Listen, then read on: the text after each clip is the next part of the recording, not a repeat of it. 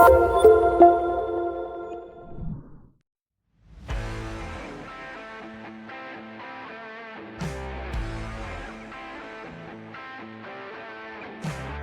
जब आप किसी उपकरण से कनेक्ट करने जा रहे हैं तो जब आप इस केबल चिन्ह को चुनते हैं तो यह आपको कनेक्शन दिखाएगा। इसीलिए आपको JDC 100 केबल और JDC 544A की आवश्यकता होगी।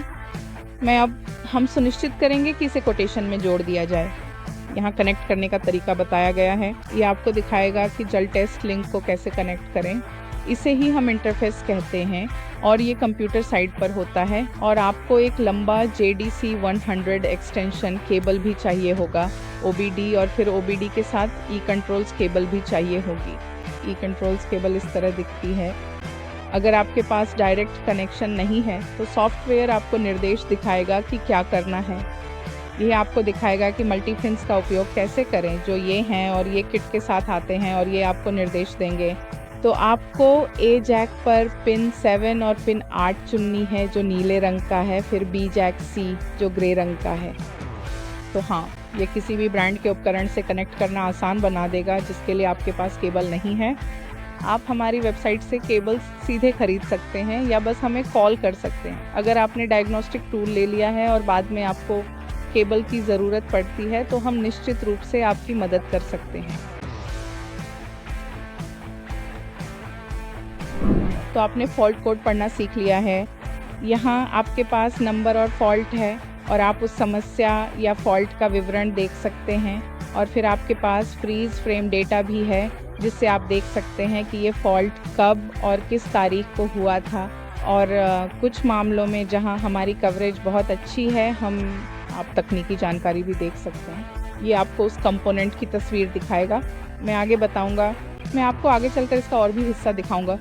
और साथ ही आपके पास ट्रबल शूटिंग भी हो सकती है। यहाँ ट्रबल शूटिंग है। इस मामले में यह एक दस्तावेज़ है और यह आपको उस विशेष फॉल्ट को ठीक करने के निर्देश देगा। तो इस मामले में कम्युनिकेशन लाइनों की जांच कैसे करें और ये पूरा दस्तावेज़ है कि इसे कैसे ठीक किया जाए। आपके पास लाइव मॉनिटरिंग भी है। ये मटेरियल हैंडलिंग में खास है। ये बहुत ही महत्वपूर्ण है। आपके पास बहुत सारे सेंसर हैं जिन्हें आप वास्तव में जांच सकते हैं। यहाँ देखिए, आपके पास 200 सत्यापन मापों की पूरी सूची है जिन्हें आप जांच सकते हैं।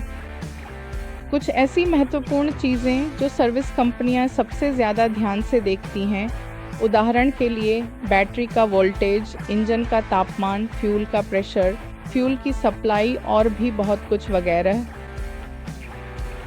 यहाँ तक कि हाइड्रोलिक साइड पर भी ऑपरेशन टाइम, ऑयल प्रेशर, उन सेंसरों पर supply voltage, engine oil, battery voltage, fuel, oxygen सांद्रता, अलग अलग सेंसर, स्पीड लिमिट जैसी चीज़ें हैं।